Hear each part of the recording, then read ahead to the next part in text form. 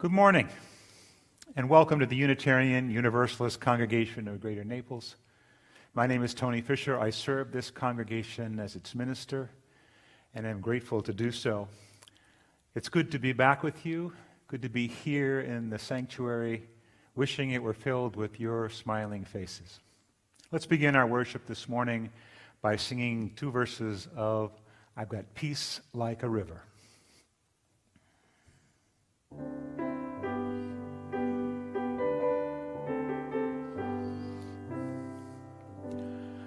I've got peace like a river, I've got peace like a river, I've got peace like a river in my soul. I've got peace like a river, I've got peace like a river, I've got peace like a river in my soul. I've got joy like a fountain, I've got joy like a fountain, I've got joy like a fountain in my soul.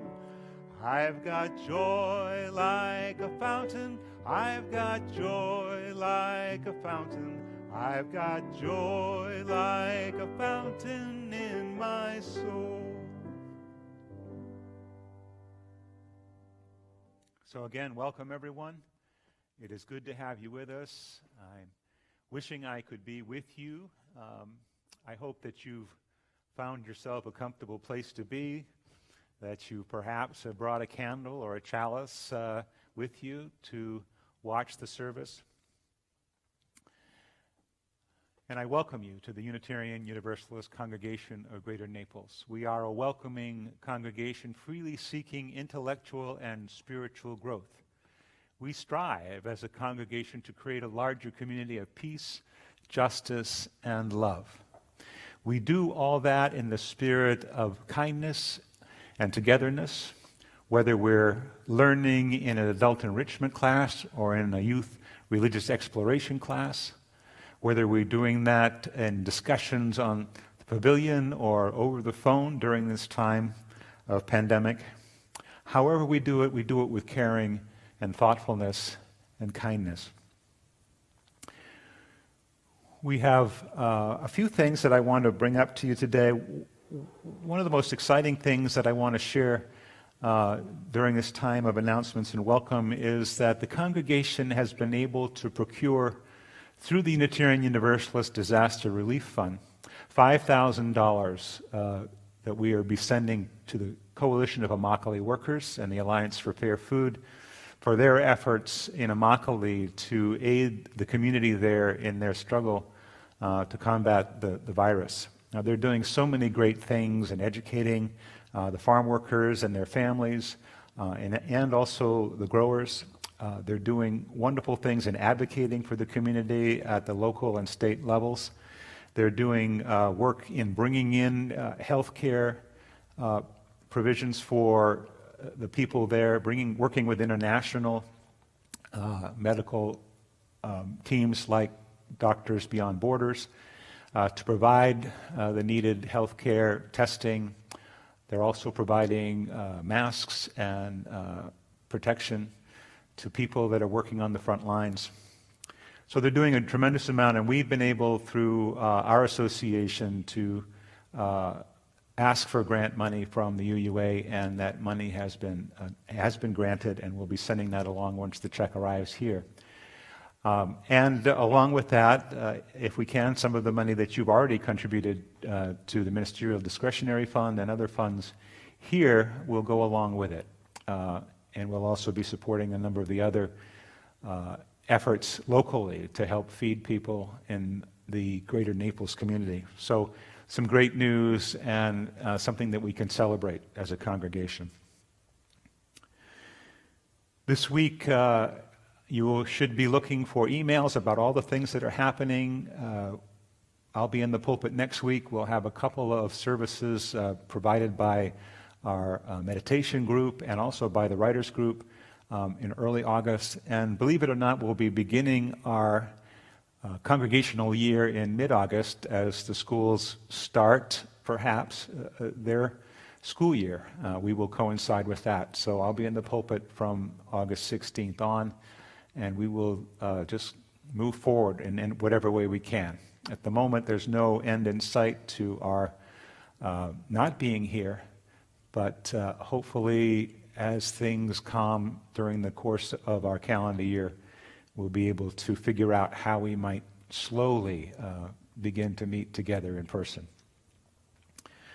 So let's take a deep breath and center ourselves now into our time of worship.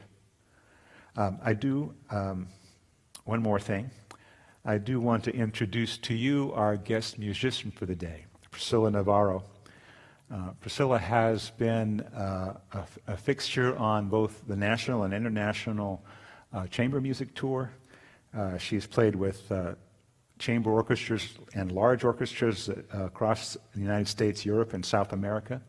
She graduated summa cum laude from the Bauer School of Music at Florida Gulf Coast University and holds a master's degree from the Frost School of Music at the University of Miami. She was the winner of the International Chopin competition in Texas in 2013, which allowed her to make her Carnegie Hall debut that same year. So we're welcoming Priscilla into our sanctuary. I'm sure if you've been listening before the service that you are appreciating some incredible music. And so now let's take a deep breath and center into our time of worship with our morning's prelude.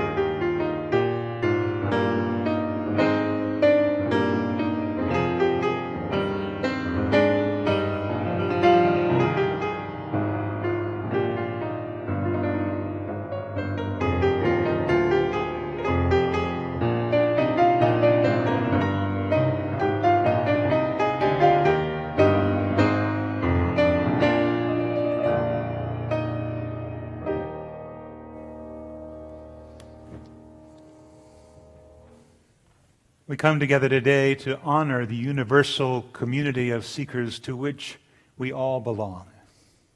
We gather to consider our deepest places of safety, that we might nurture ourselves and celebrate one another. We call into our presence this hour our ancestors, whose love, labor, and commitment made it possible for us to be here now. And even in our separation, let us call one another to the table of abundance, that we may feed on those fruits that sustain us and keep us growing. Let us be open to this moment with hearts that have no borders. Please join me in the chalice lighting response on the screen. In the light of truth, the warmth of community, and the fire of commitment, we gather this day.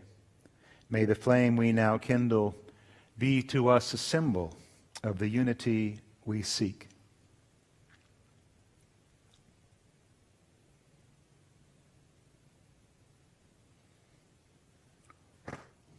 So again, welcome. It's good to be back with you. Ann and I have been away for a stretch of time. We made a dash up the coast to Maine, where we sequestered ourselves for 3 weeks, 3 weeks and a day, I think, and then made a dash back. So here we are. I'm grateful to Ellen Hemrick and Joanna Husky and Janet Hoffman for presenting 2 services while we were gone. I hope that you all had an opportunity to watch the Sunday morning service from General Assembly during the time that we've been away. In the midst of our 3 weeks, we took the opportunity to participate in the first ever virtual Unitarian Universalist Association General Assembly. It was a pretty successful and pretty remarkable event. We had 21 of our own members here participate online. They now are probably continuing to participate as all of the workshops and business sessions and worships, everything is available, has been recorded and is available online for those who registered. Later in the year, the Unitarian Universalist Association will make available a number of those videos for public consumption. So we'll let you know when that happens. As I said, it was a pretty remarkable General Assembly. And one of the things I want to bring to your attention was a report that is now available to us. We have copies here at the congregation from the Commission on Institutional Change, a 3-year study of white supremacist culture and how that has impacted our own national organizations and congregations. It carries with it specific recommendations of how we might move forward in becoming a movement that can claim, at least when it is functioning at its best, to be anti-racist. Even before General Assembly, a number of our committees were talking about building programming around the anti-racism theme for the coming year. And after being exposed to the worships, workshops, and business sessions, the interest from those who attended General Assembly is even strengthened. To see the hard work and the clear thinking that the UUA has gone through and put into this effort, I found truly inspiring, and I believe that our national organization has begun to turn a corner that may be significant in the future of this movement. I hope so. Today's service is about peace. Peace in the context of the pandemic, in the context of our national conversation and protests around race, in the grandest sense of the word, in our global environment, and on a personal nature too. And so as you sit in front of your computer or your big screen or however you're watching this morning, I want you to think about what it is, if anything, that brings you peace. Where do you find it? How do you seek it out? I think if you take a few minutes during our meditation time, think about those things.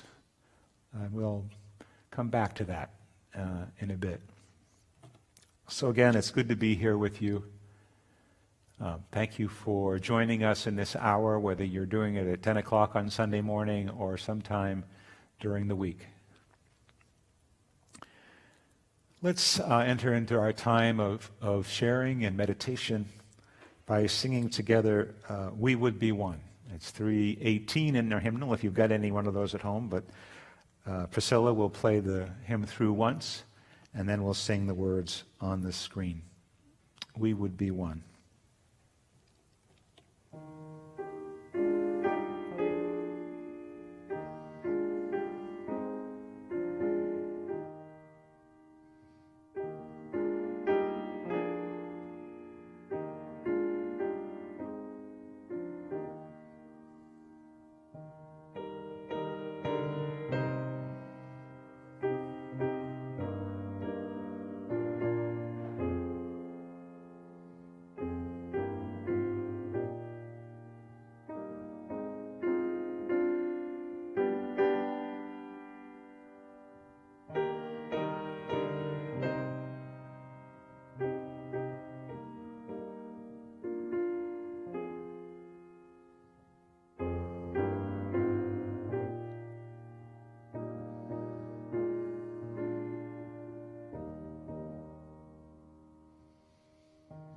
We would be one, as now we join in singing our hymn of love, to pledge ourselves anew to that high cause of greater understanding of who we are and what in us is true.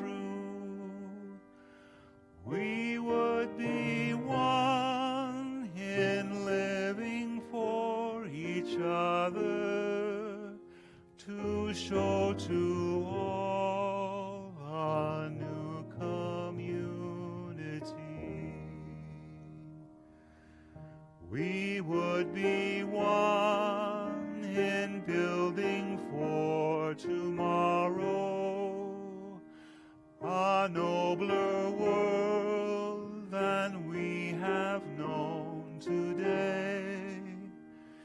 We would be one in searching for that meaning which bends our hearts and points us on our way. As one we pledge ourselves to greater service, with love and justice strive to make us free.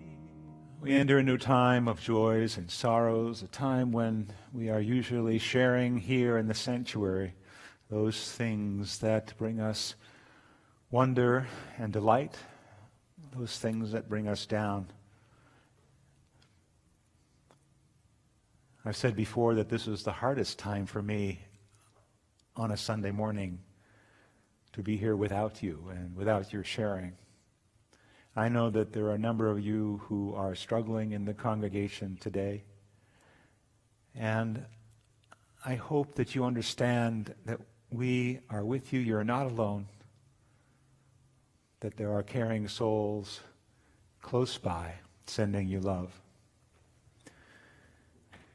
I want to take the opportunity today, though I haven't been here for a couple of weeks, to light a couple of candles for members who have left us. For Johanna Parks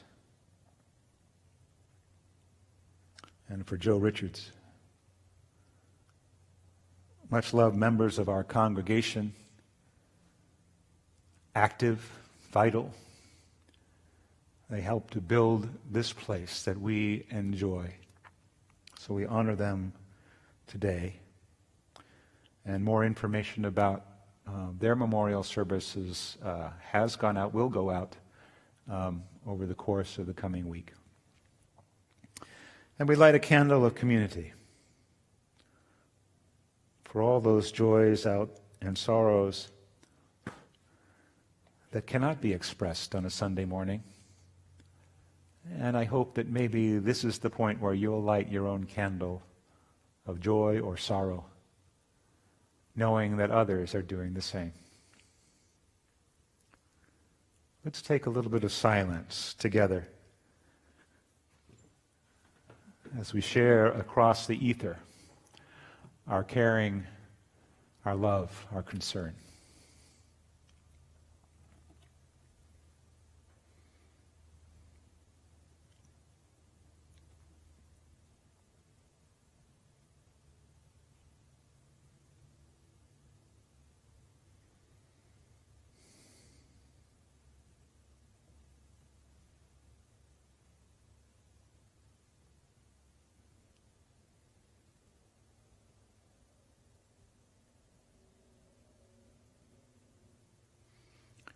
Our meditation this morning comes from the Reverend David Eaton, who served All Souls Congregation in Washington, D.C. for many years.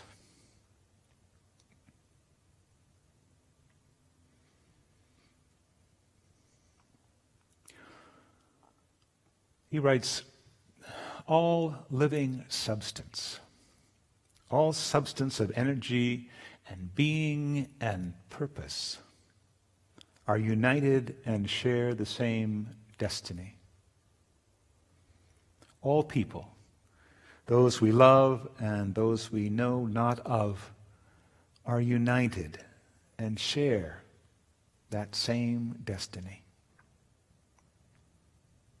Birth to death, this unity we share with the sun, the earth, our brothers and sisters, strangers, flowers in the field, snowflakes, volcanoes and moonbeams. Birth, life, death, unknown, known, unknown. Our destiny from unknown to unknown. I pray that we will know the awe and not fall into the pit of intellectual arrogance in attempting to explain it all away. The mystery can be our substance. May we have the faith to accept this wonderful mystery and build upon its everlasting truth.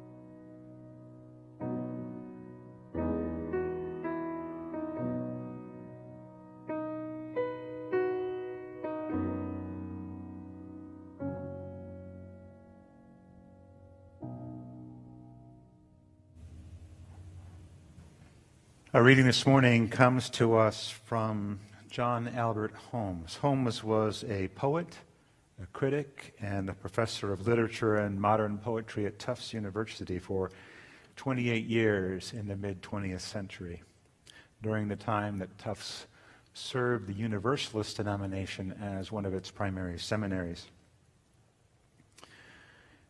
Holmes authored 7 volumes of poetry and the lyrics to several Unitarian Universalist hymns.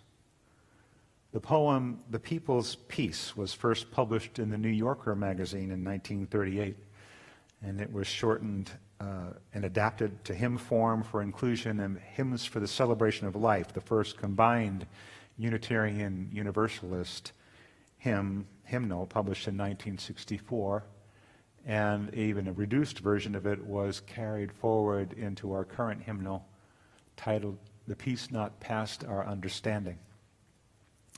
I will revert to the previous hymnal and share with you The People's Peace by John Albert Holmes.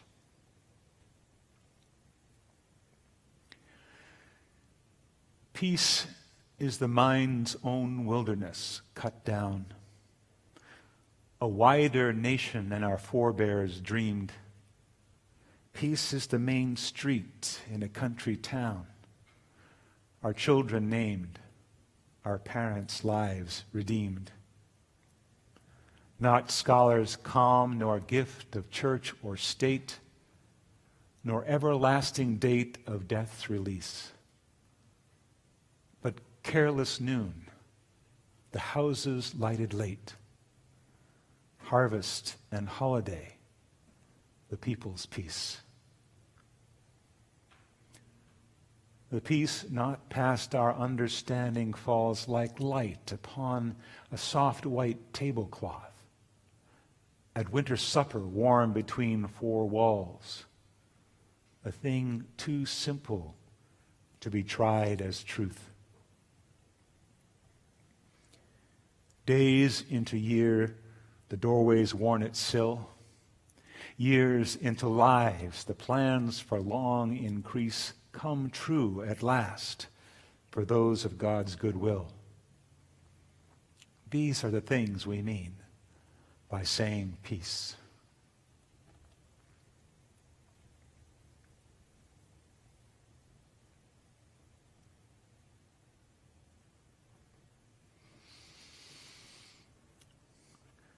So I got back to work on Tuesday this past week and immediately had 2 meetings, Zoom meetings, and enjoyed seeing everybody in their busyness.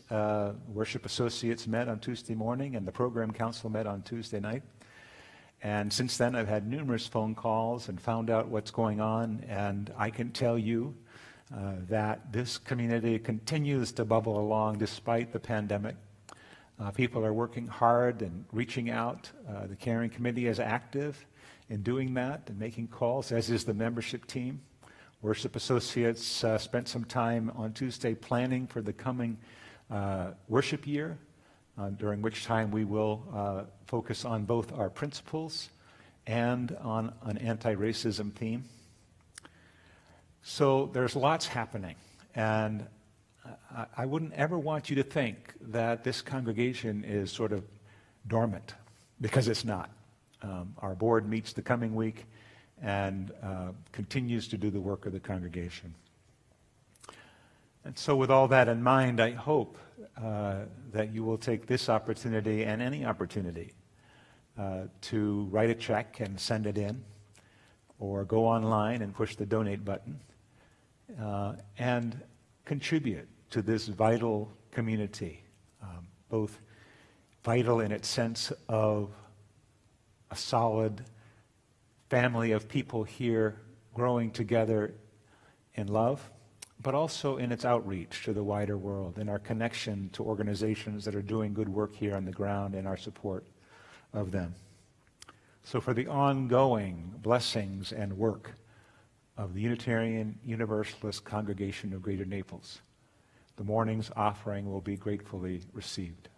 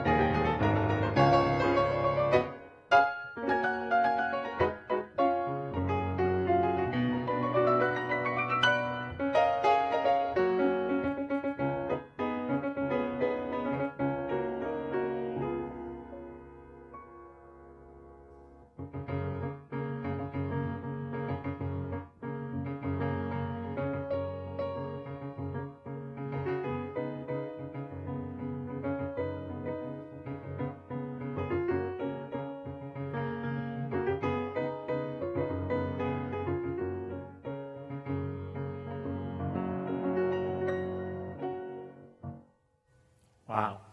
I don't know about you, but I'd prefer that Priscilla just keep playing. Fabulous. We're talking about peace and walking around this very, very, very peaceful building. It's not the kind of peace that any of us are really looking for. It's lonely, and the music brightens it up. Thank you. I had a camp counselor once that told me the secret to watching the sunrise was not to anticipate a particular moment or to search the horizon ceaselessly for that first ray of direct light and be able to shout, "There!" He actually said that watching the sunrise was about peace. He said it was about those peaceful moments that led up to that first kiss of sun. He said it was taking the time to notice all the subtle shifts of color and light, of movement in the world around you, and letting the magic of those movements play in your heart and mind. He said it was about letting someone else shout, "There!" and hoping they hadn't missed the best parts. He said it was about holding the whole experience in your heart even as you went about your day.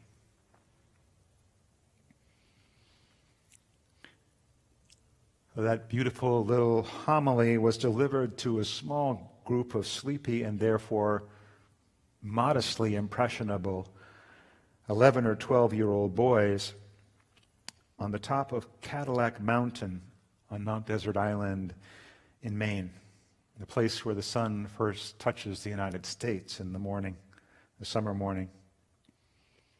We sat for a while in silence there in the darkness until our resident jokester, John Roof, woke up a little and started running around the mountaintop, pointing in indiscriminate directions, shouting, "There! There!" It broke the spell for that day, and I'm sure the counselor made a note not to invite John on the next Cadillac sunrise. But I did remember that little lesson and followed his advice many times with often wonderful results. His name was, the counselor's name was Mr. Tom. At least that's how we knew him, Mr. Tom Pepper. And we thought that Mr. Tom was, a sage old guy that knew everything.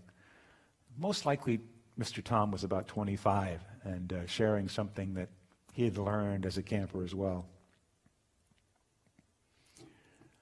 Years later, I found a passage from Rabindranath Tagore, the Nobel Prize-winning poet and writer from Bengal, in a letter that he wrote to his friend C.F. Andrews, where he described watching a sunrise over a Calcutta street. He wrote, "Suddenly, in the moment, a veil seemed to be lifted from my eyes.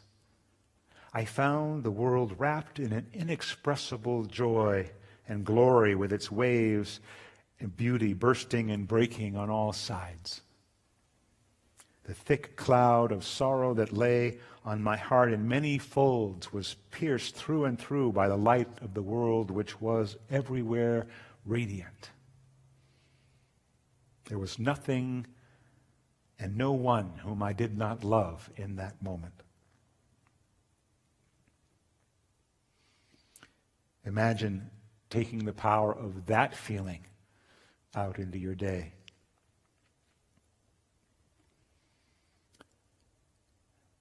If you've been contemplating what peace means to you or where you find it, and if perhaps you're sharing through the chat those things, you'll note that sometimes peace can mean something very intensely personal. a sense of safety in a lover's arms, the ability to simply close the door on the world, the quiet of a reading nook, a natural place of serenity. Carl Rogers, that's Mr. Rogers to you and me, once said that the things we think of as most personal are often things that are shared universally. Each of us has a need, a yearning, to find moments of safety and respite in a world that can often seem inhospitable. In our current pandemic, we have become aware, deeply aware of how inequitable the lives of the people in this country are. People who have not been able to find respite in this pandemic. People whose lives depend on their work and therefore are pushed to the front lines of helping and aiding and serving. Where do they find respite if they can? Where do they find peace?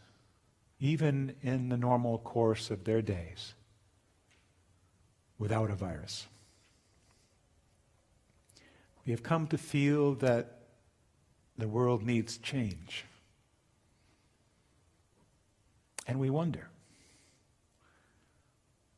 how do we take our own joys, our own sense of finding peace, our own ability to do that, and turn that around and help change the world?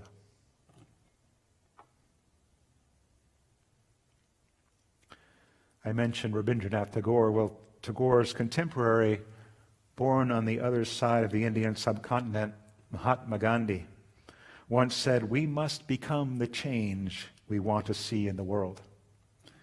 And his disciple, the Reverend Martin Luther King Jr., in our reading in our hymnal, says clearly that one day we must come to see that peace is not merely a distant goal, but a means by which we arrive at that goal. Peace is like a river.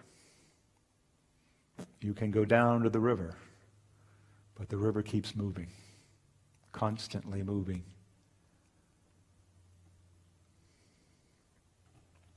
Gandhi also said, joy is what you think, what you say, and what you do. Joy is when they are in harmony.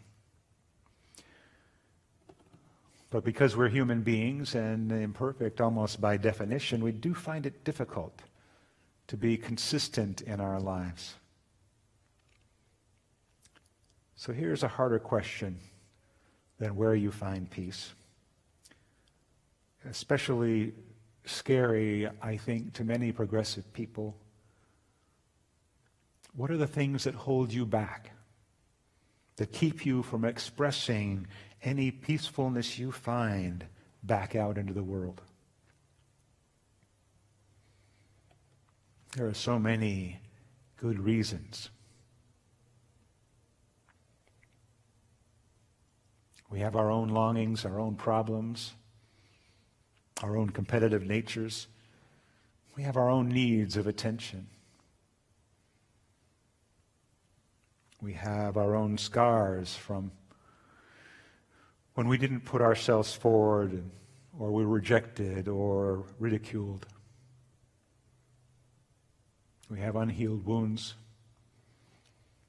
We have our regular day-to-day troubles, our own self-absorption, our real physical and emotional pains. We have so many things that keep us from the world. Ignorance, fear, and implicit racism, born out of those things that we don't decide to think about or care to do. Skepticism that the world can be saved at all, or that any one of us could have possibly any impact. Only a few of these might be real impediments to our engaging the world with loving kindness. Some of them are negative traits that we nurture in ourselves, things that we do to continue to keep us in the center of our own or others' attentions.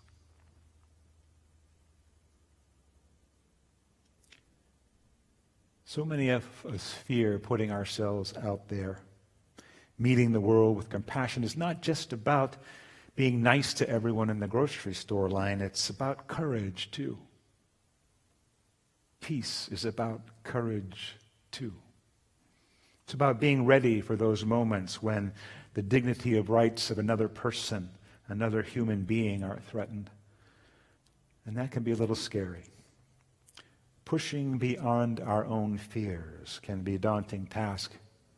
But that's why we center ourselves in those moments of peace, to give ourselves the presence to think through what we can do and act when the time is right. Gandhi also said that compassion is a muscle that gets stronger with use. And I can say, as someone who continues to grow in this area, knowing that there's a long way to go, that the transformative power of meeting the world more intentionally with love is something that is self-affirming and transforming. With each use, the muscle not only gets stronger, it begs to be used again and again.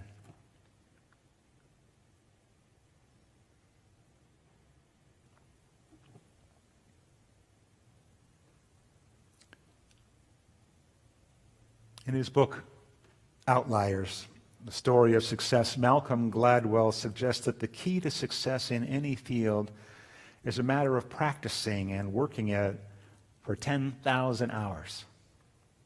If that number were to hold true when it comes to manifesting peacefulness out into the world, we could all be Gandhi or the Dalai Lama if we just put our minds to it. In fact, Gandhi himself claimed to be no more than the average person with less than average ability. But he did believe beyond a shadow of a doubt that any man or woman could achieve what he did if they would make the same effort and cultivate the same practice. If each of us were to pursue the 10,000-hour rule and the worries of peace, it would be not the 10,000th hour that most important, but the first and the second and the third.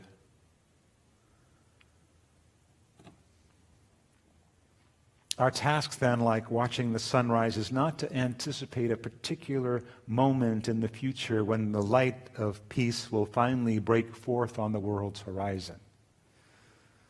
Our task is to pay attention to the simple but meaningful moments that bring us peace. Let their magic play in our hearts and minds, and hold them. Not let them get pushed aside by our own worst selves or the pettiness of others as we go about our daily rounds. Our task is to work the muscle of compassion over and over so that our true spiritual nature will come out, unbidden and unconscious, and blend into the common endeavors of our days, to take our moments of peace and make them real in the world. Then, and only then, we will have done all we can do and realized a peace not past our understanding. May it be so. Blessed be. Amen. Let's sing again. Let's sing a few more verses of our opening hymn, I've Got Peace Like a River.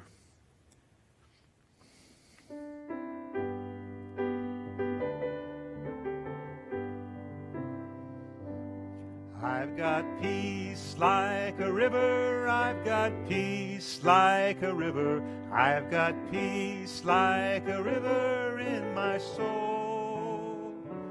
I've got peace like a river. I've got peace like a river. I've got peace like a river in my soul. I've got tears like the raindrops. I've got tears like the raindrops. I've got tears like the raindrops in my soul. I've got tears like the raindrops. I've got tears like the raindrops. I've got tears like the raindrops in my soul. I've got strength like a mountain. I've got strength like a mountain. I've got strength like a mountain in my soul. I've got strength like a mountain. I've got strength like a mountain. I've got strength like a mountain in my soul. Stay safe, but send your heart out into the world. Have courage. Hold on to what is good. Return to no person evil for evil. Strengthen the faint-hearted. Support the weak. Help the suffering. Honor all beings. And have a wonderful day.